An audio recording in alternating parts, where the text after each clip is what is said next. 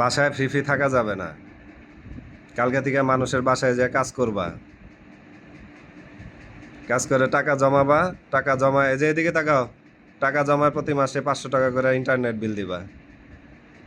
Free free cartoon দেখা যাবে না, বুলবুল পাখি, ময়না টিয়ে, এসব ফাও চলবে না এই বাসায়।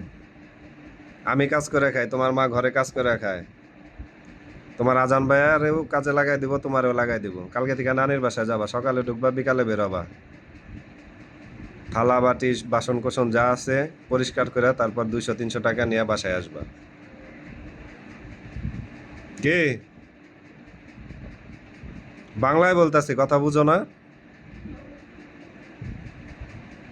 নাহলে ঢাকায় যাবা, ওই যে দাদা দাদু থাকে, ওরা ভালো অ্যামাউন্ট দিব তোমারে।